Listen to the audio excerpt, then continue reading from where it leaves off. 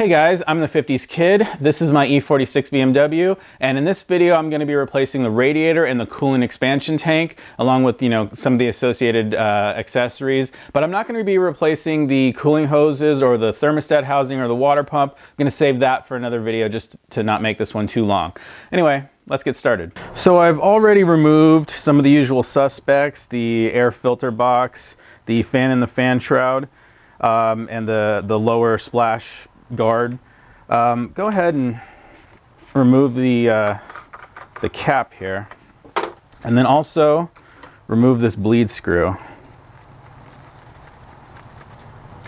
So the drain screw is right here, and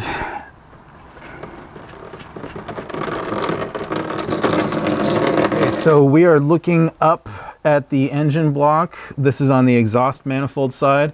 This is the front of the engine, that's the back. So this is the passenger side right here. That's the driver's side. And that's the bolt right there. It's right up on the side of the engine block, and it's in a really awkward position, at least as far as, draining it cleanly. There really is no way to do it cleanly. I mean, I suppose you can make some sort of a little funnel. I'm sure some guys probably cut up like an old gallon jug maybe of water and just kind of make, or a milk jug or something, and just kind of make some kind of makeshift funnel. But even still, it's a really awkward spot. So I'm just, I've got my drain pan basically positioned underneath, and I'm just gonna go for it. I believe it's a 13. Got a 6-inch extension here. And I'll just do it until it starts dripping. Hopefully I can just do it until it starts dripping. Maybe that'll prevent it from going everywhere. And I'm getting nervous about the camera, so you guys have got to move back. I think we're gonna move everything back. When coolant comes out like this, it tends to want to flow in a big arc, right? Kind of like when you're peeing. It's kind of a dribble. Okay, I think I'm sort of holding the bolt on. Yeah, maybe I can kind of control it a little bit.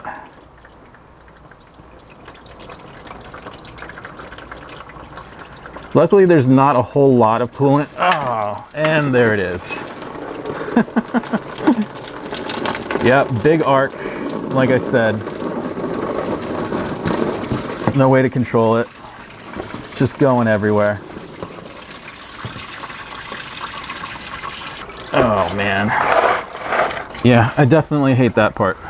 So we are not done under here yet. I want to take off this air duct right here. So we're over on the driver's side. This is the front of the engine now. This is my automatic transmission cooler you see right here. And right here, this is an air duct that runs up and goes to the alternator. And I want to get this out of the way because it's hiding one of the hoses that I'm going to need to get off. And I think that I can just sort of just pull this part out and just leave the rest of the hose kind of connected to the alternator, or the rest of the duct connected to the alternator. So yeah, that exposes this hose up here, which is the hose that feeds coolant into the engine block. And this one, we're probably going to get that hose out after we get the expansion tank out. I think here, right now, there's this little connector for the coolant level sensor. Okay, so I can just disconnect that. So now we can just go to the top and just start disconnecting things. I want to remove this hose. This is the heater hose. And all these hoses, they've got these little metal clips that you just pull up with a screwdriver, and then you should be able to get the hose out. Now, of course, this hose has been in here for 170,000 miles, and I'm pretty sure that all of these hoses are going to give you a problem. This hose, the top hose, I've changed like a year ago, so it might not be as rusted and crusted into place, but most of the rest of these are going to be a problem. I'm using these 45-degree angle pliers to sort of get in there and help as prying tools, and you see how that just leaked everywhere. Forgot Always have your pan underneath, no matter what. But you see how that, you know, that went pretty easy. I was able to just pry it back. So now we're just going to get all the heater coolant, I'm sure. No way to avoid making a mess when you're doing a cooling job, which sucks. God, is it done yet? How about we just hang this hose up here like that? 'Cause I'm sick of coolant everywhere. Okay, time to clean up again. Okay, so now it's time to pull off the upper radiator hose. There's a clip here and there's a clip here. So there are two hoses, two holes. Now, this is definitely going to be difficult, I'm sure. Or not. I think I probably put some silicone grease on these or something last time I did this. So that's really nice. I'm almost certain you're not gonna have as nice of a time as I just had doing that. But yeah, just basically, you know, put some pressure on it this way, use some 45-degree pliers to pry it this way, and you should be able to get it off. I'm gonna go ahead and pull it off from the thermostat housing as well, just because I can. Gets it out of the way, you know. Don't want coolant on my belts. But I think that's just inevitable. I'm gonna end up hosing the whole engine off with water. I want to get that lower hose out of there. That's the one that we just took the alternator housing away in order to get out, and that lower hose also has a little clip that you pull up, and there's like no way that I can get a camera angle of it. But basically I'm just sort of reaching down here and I just pulled up the little hose. So we don't actually need to remove this hose before we get the expansion tank out, but I figure, you know, now is a good time to do it. You could do it after you pull the expansion tank out.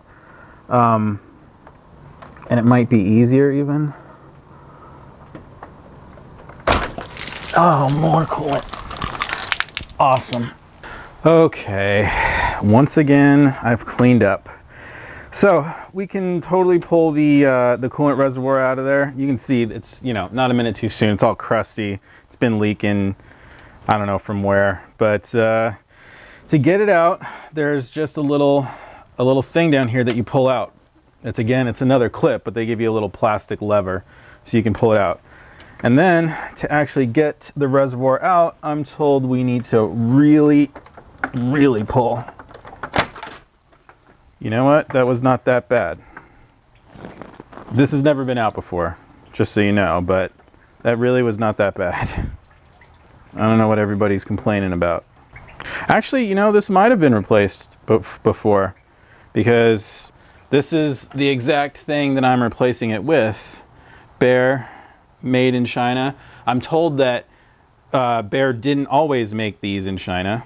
I'm actually not entirely sure what the OEM brand actually is. I couldn't find any information. I'm not sure if Behr is the OEM brand or not, but I'm pretty sure that this is not the OEM brand. So, okay, so somebody did replace this, which is fine, whatever. I bought a new one, I'm replacing it again. You guys can see down there, that's the automatic transmission fluid cooler.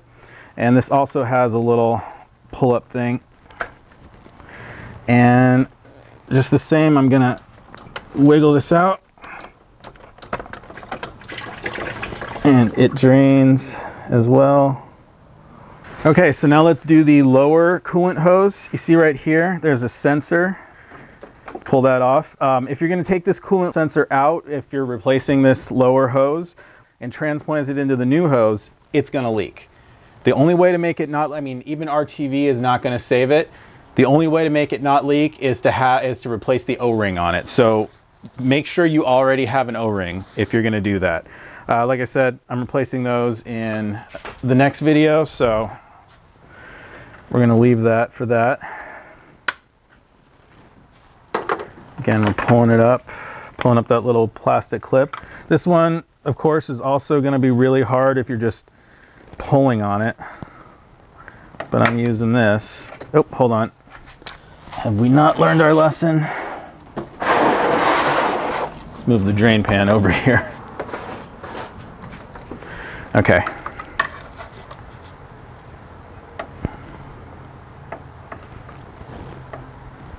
Okay, I might not have as much room to pry this one as I would like, so I think I'm gonna have to do it the hard way.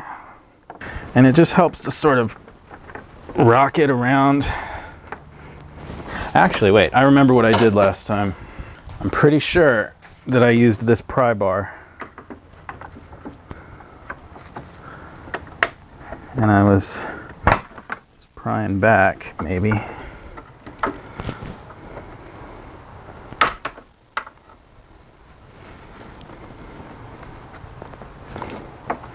Okay, that pry bar is working. I can see that I've already gotten it somewhat off. Now maybe we can just pry it the rest of the way off. Yeah, there we go. So, pry bar definitely worked. I'm just going to leave this lower radiator hose in place. It doesn't really need to come out in order to make room for anything. So I do believe to get the radiator loose, we just remove these two bolts here.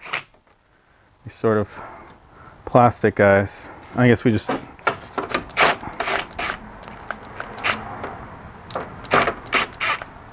Okay. I think you just pull them up like that. Yeah, and then things seem to be pretty loose. And then you can just walk the radiator out. Hopefully... What do we cut in? Oh, okay, there's a bolt up here for me. It's a Torx right here.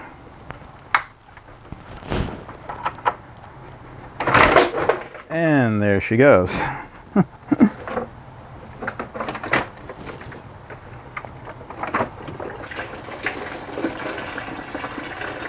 More fluid, huh? Crazy.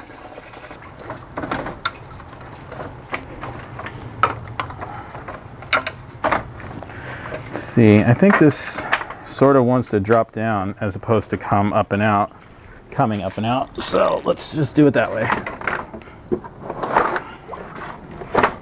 I don't care. So it looks like this gets transferred over to the new radiator, and there are two Torx bolts on it that I can see so far. Here's one and the other's here.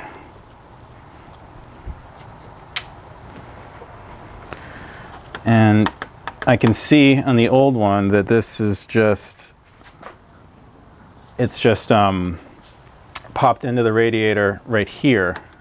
I believe I need to get this bottom plastic piece off first. And give me this. It's just sort of snapped in. Again, trying to be really careful not to break it.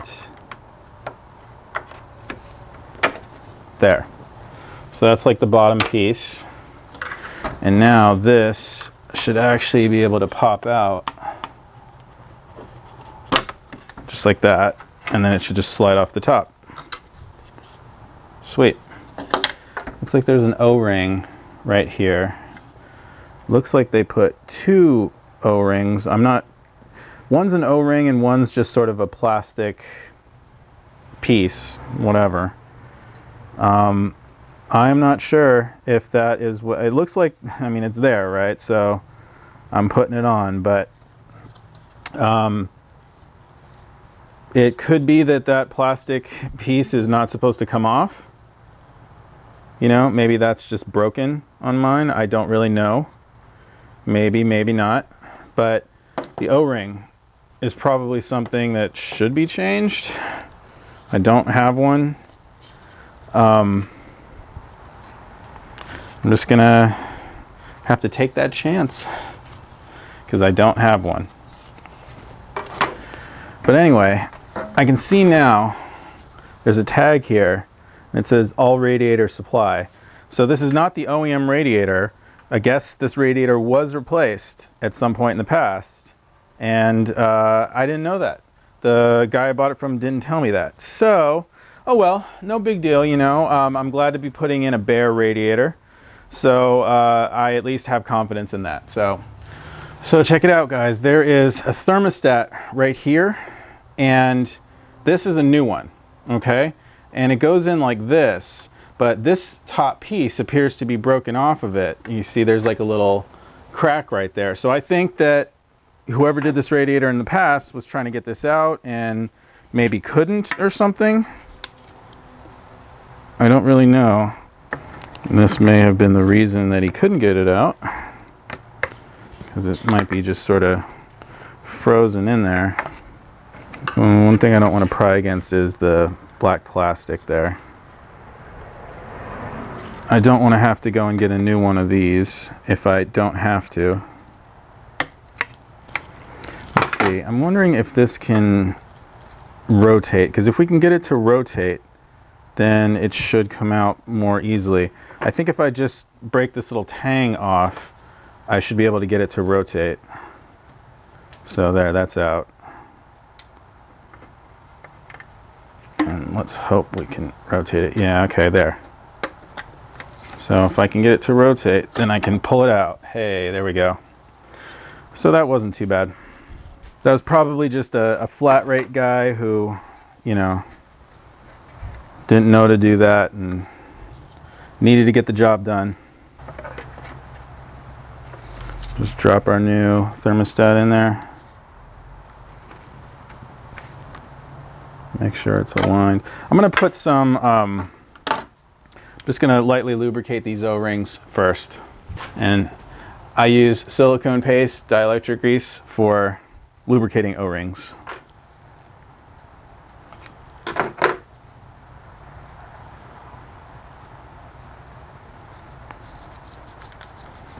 I suppose I could also use some coolant. I think that's pretty slippery as well. I'm just gonna push that down. Seems like it's seated. All right, now we can finish assembling our radiator. So again, got the O-ring, got that other little part fitted on there. Could be, you know, I mean, basically, based on the damage I've seen so far, it really could be that this guy, you know, broke this off when he was getting it out, maybe. I mean, I can totally see that that might be a thing that happened. It wasn't leaking from there before, so I have no reason to believe that it's going to leak now. These are just things that I'm telling myself to make myself feel better.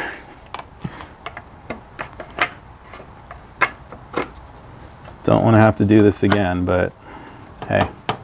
All right, looks like it's in, so we can just put our bolts on. We got new radiator. I think these are going to go in a little stiff. So, putting this bolt in here. It's a little stiff because it's, you know, new radiator. This is not the best screwdriver as far as grip goes.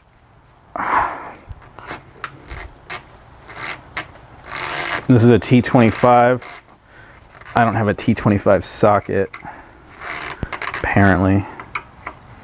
So Behr does not pre-thread these holes because these are like plastic screws. They're the really wide screw that I guess cut their own threads, maybe. It certainly feels that way. So we've just got this one to do. Let's make sure we do it straight.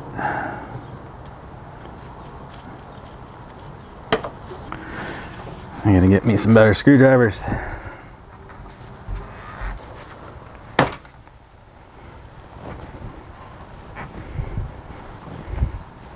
Okay, so that's on. Now we can get this piece back on. I think it goes up inside like that. Yes, it does. Got to remember to get this tang over the top of that. I'm wondering if, yeah, okay, it's the same size. I thought for a second that the new radiator like wasn't the same size or something, but it looks like it is. You just gotta, I guess, carefully get these things in there. Okay, there. It should be started there and there.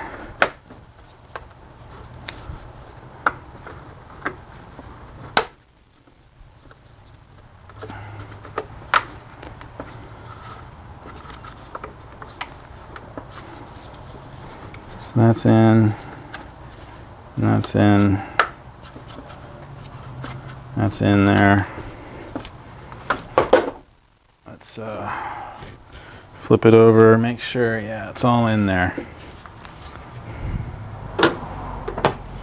Okay, it's time to get the radiator back in, new radiator in, I should say.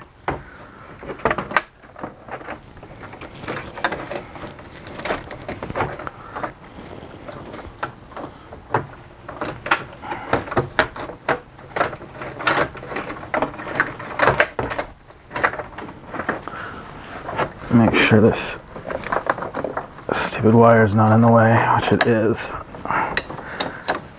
Okay.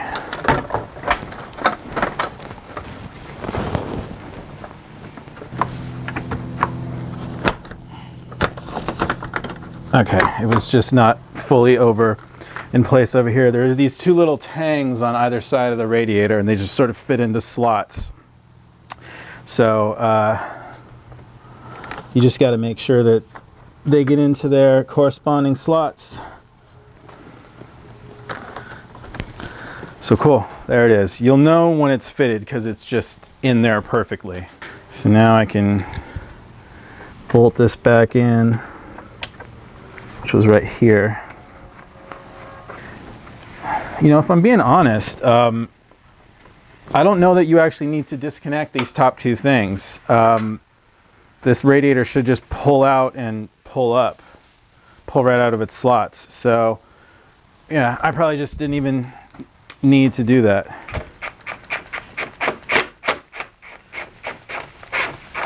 I mean, usually you do on radiators.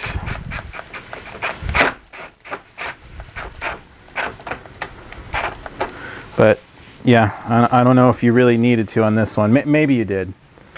Okay, so now we can get the transmission cooler back on. There are also O-rings on this that you could replace, but I think that this is probably going to be all right. At least I hope it is.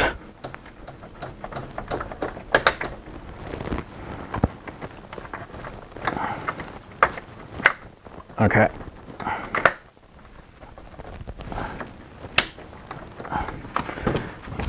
Try to yank on that. Yeah, that's not it's not coming off. So now this lower hose fills the engine. Slot that back on. Pop the cap down and give it a tug. Make sure it doesn't come off. It ain't coming off. Now, new expansion tank. I already transferred over this clip. It's real easy, you know, pulled it off the old one, snapped it onto the new one. I bought like a combo kit from a seller on eBay. It comes with a new mile coolant level thermostat, which only goes in one way. There's a big end and a small end like that, and then it'll only turn on one way. So that's pretty nice. This also came with a new cap, and I'm pretty sure that's what was probably leaking on the old one, because you know this was this was a replacement. I have no idea when they replaced it, but I'm going to keep that old one because I think that, I mean, it's the exact same thing as this, and it's probably okay. So just in case anything happens, you know, which I don't think it will. Okay, Seems like that's down, and again, tug on it, make sure it's not coming back up. So that's on. We then have the other coolant hose in the back here. I'm just gonna, well, I'll let that finish draining out. I guess that's something I never did. Ah, okay, hold on, too much.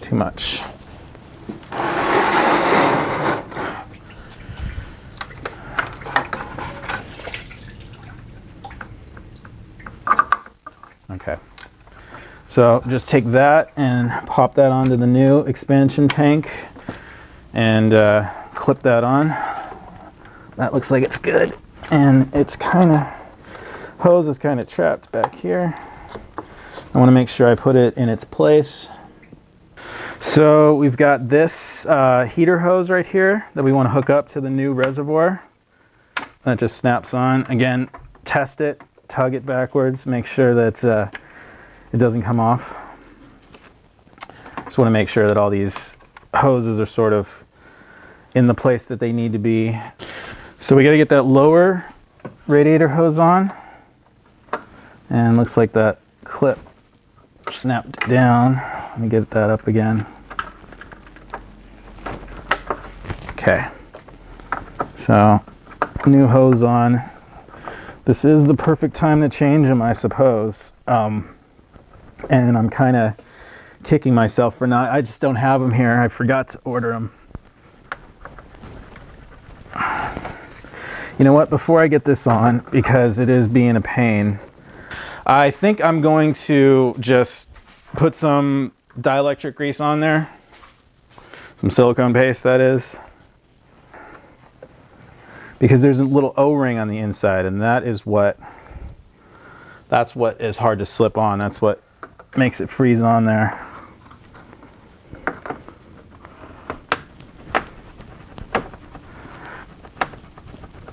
And because this is a newer radiator, it's probably not exactly the same size, so we're working that O-ring onto something new. Okay, there's what's happening is the connector is trapped in there. That's what it is. Okay. Yeah, all right, that's what it was. Okay, so snap that down, give it a tug, it's good. Put the connector back on. Are we on the right side here? No, okay, that's the right way. Let's get our upper hose back on. I'm gonna put it on there first and tug, make sure it's on. Yeah, it's on. And our little clip snapped down. Okay, there. There, and no, he wants to snap down again. Okay, whatever. Let's just get him on.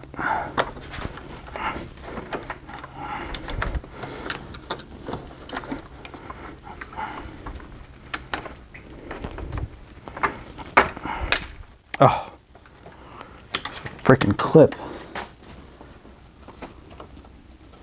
does not want to cooperate today. All right.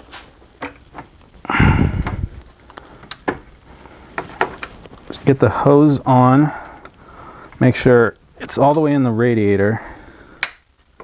Okay, and then make sure that you push the coolant reservoir this way into the hose such that it is fully on. Snap this clip down. There. So tug the coolant reservoir back from the hose, make sure it doesn't pull off. Tug the hose back from the radiator, make sure it doesn't pull off. So there, we're good. I'm gonna make sure that this connector for the coolant level sensor is where it needs to be. Let's see if I can just connect it. Reach under here. It should be facing, it's going to be facing this way, the connector is. So yeah, I can just feel it and I can just connect it. Here's what we're going to do. I'm going to put the alternator air tube back in place. I'm going to fill the radiator. I'll show you how to properly bleed the system. I'm gonna put the air box back into place so we can run the engine so that we can do that. So that's the plan. Okay guys, here's something interesting. I went to transfer my drain plug over because, you know, it looks like there's no drain plug there and it doesn't fit, right? And I'm like looking at this, I'm trying to figure it out, and then I shined a light and I looked right up underneath and I realized that this is the drain plug. They've, I guess, changed it. It's now you need a 22 millimeter socket in order to get that off. I just took this off with a socket just to confirm, and yeah, this right here is the drain plug. So yeah, that's pretty interesting. Okay, here's how we're going to fill it and bleed it properly. We're going to remove the bleeder screw and use a funnel. Now I'm using BMW antifreeze. This is the concentrate. You need to mix this half and half with distilled water. Okay, distilled water, $1 at the market. And we're just going to add coolant until we see coolant come out of the bleeder screw. I've got my pan underneath here still. And remember, as we add coolant to this reservoir, it's going down that very, very bottom hose, that small one that connects into the block, filling up the block, coming out of the lower radiator hose, filling up the radiator. After the radiator's filled, it then fills the top hose, and then it spills out of the top hose back into the coolant tank. And that's why we use the bleeder screw. That bleeder screw tells us when the coolant's filled all the engine, all the radiator, and is now coming out of the top coolant hose, which is the very top of the system. Not a lot of coolant in this vehicle. It's less than 2 gallons. Probably 2 gallons exactly, I'm sure. 1 gallon of concentrate makes 2 gallons of coolant, if you hadn't figured that out yet. I can hear it pouring down the lower radiator tube, or yeah, lower radiator tube. I think we're getting there. Ah, that's all 2 gallons. I can see that the coolant is basically right where the bleed screw is, and I'm gonna go ahead and say that, hey, that's enough for me, at least for right now. Definitely enough to run this thing and bleed it out. I have a brand new radiator cap, which is neat. New O-rings and everything. I think they need to be sort of squished down a little. Yeah, squished down into place. Okay, and we will let's see, what do we want to do? Do we want to run this and then get the coolant moving? You know what? All right, what we'll do is we'll put the bleed screw on. Put the bleed screw on, we'll leave the cap on. If you overfill the radiator, if it overpressurizes, it'll just leak, you know, it'll leak all the extra coolant out. This cap is designed to let extra coolant out. So at this point, we're just gonna run it and bring it up to temperature, and then I'll let it cool off, and then I'll check the level. You know, we want to get it up to temperature, get the thermostat open, let the engine move the coolant all around, and once it does that, once it goes through a heat cycle and then cools again, you can check it, take off the radiator cap, and if the red thing pops up, you're good. If it doesn't, add a little bit more coolant.